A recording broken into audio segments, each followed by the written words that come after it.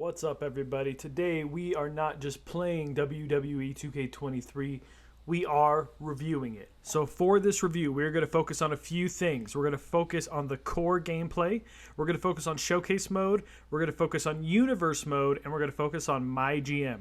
We will not be focusing on my faction or my rise. My rise just takes too much time and investment to really get into it, and I like to spend that time on other things like videos for you guys, as well as Resident Evil 4 remake, other games coming up, and other games I have in the backlog.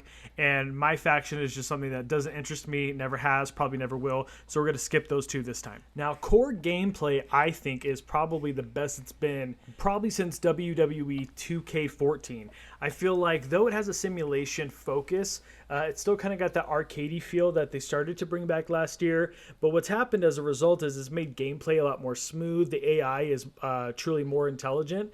And what we get as a result are better matches. And not just better matches between player and a CPU, but even just better matches between CPUs in general. There are still some weird things that happen where they'll just pin off of a suplex, and it's a little anticlimactic to end the match that way. But in terms of like the pacing and how the matches actually develop, I think it's probably been the best in the last nearly decade that we've seen from a 2K game. Now, let's be real, it's not all roses.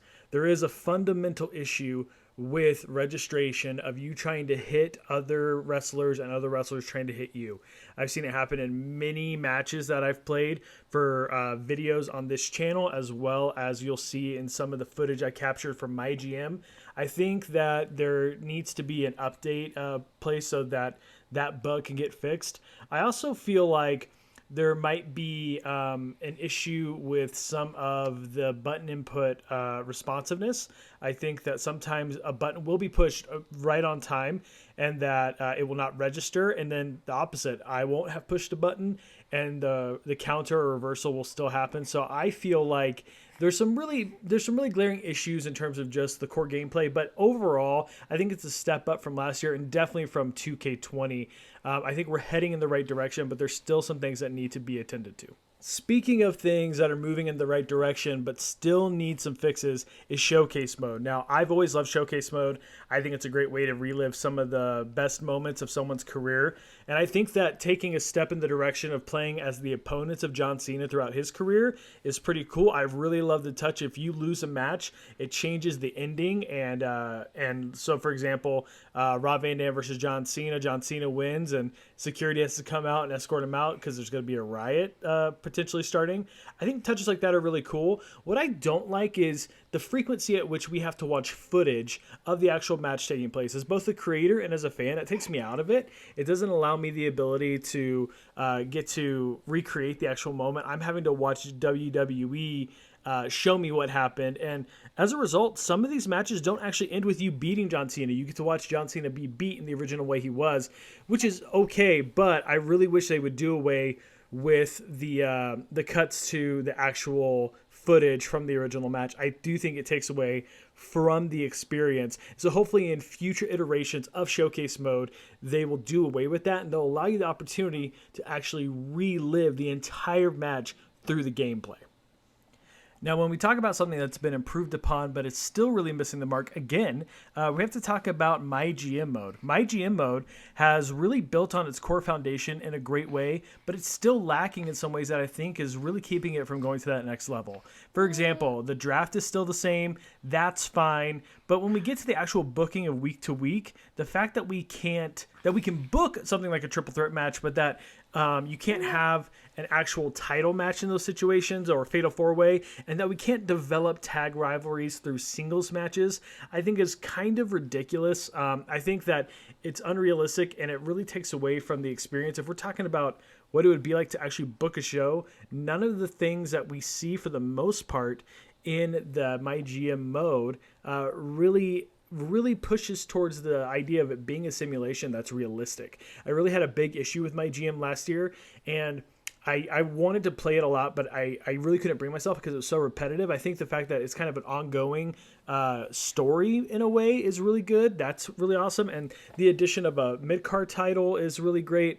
But the fact that we are still handicapped and handcuffed and limited by the restrictions of my GM mode and the way we could actually book a show is really disheartening. And it's a big reason that I probably will not play my GM mode probably at all for this year. Now we get to my jam, universe mode. I've always loved building out universe modes. To me, it is a better version of my GM mode. It just doesn't allow you the experience of behaving like a GM, right? You're just a booker. You're just booking out the best universe you can with the superstars in game. And I think that this year added some really significant improvements to universe mode, such as like what can happen as a result of what happens like after the match, and you could set stipulations like whoever wins becomes number one contender, or let's say like you'll see here with Roman Reigns versus Bobby Roode. I love Robert Roode in the WWE. I love Robert Roode, so I placed him in a rivalry with Roman Reigns, and there was a stipulation that if Robert Roode, if his selection won after the match, that he would beat down Roman Reigns, but that if Roman Reigns stipulation won, that Roman Reigns would appear on the stage applauding Robert Roode after the match. And because that happened, it changed who Robert Roode, who I was playing as, was going to face in the match. It defaulted to Angelo Dawkins. Touches like that are really good. I do think that we're still missing out on, again, just like with my GM mode, we could push it a little bit further. I would love to see an integration and kind of maybe a merging of my GM and universe mode. I think the things that we're missing in each mode are actually complemented by my GM. So whatever universe mode's missing is happening in my GM. Whatever my GM's missing is happening in universe mode.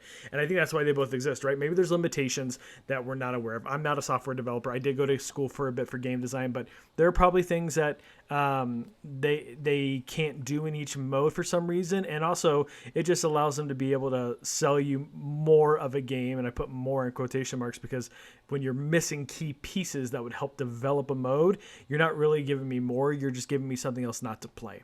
So all in all, I think universe mode is great. It's a step in the right direction, but again, not a big enough leap for me to get playing it on a regular basis.